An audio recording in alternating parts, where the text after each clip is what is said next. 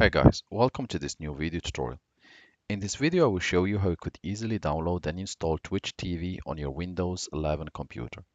To begin, click on search bar and type Microsoft Store. Click on the Microsoft Store application to open. Wait until the refresh is completed. As a next step, click on search apps and type Twitch, and here is Twitch Play. Click on it to open. Click on Get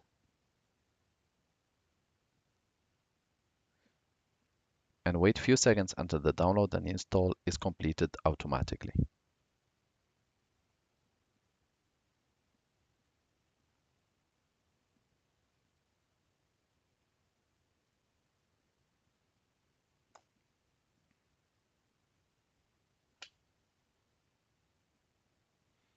As you can see, now it's done. Click to open,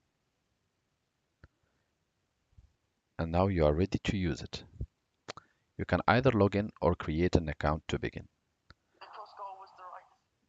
You can always, if you close it, you can always reopen it by going to search bar and typing Twitch, and you should be able to see it in your installed apps.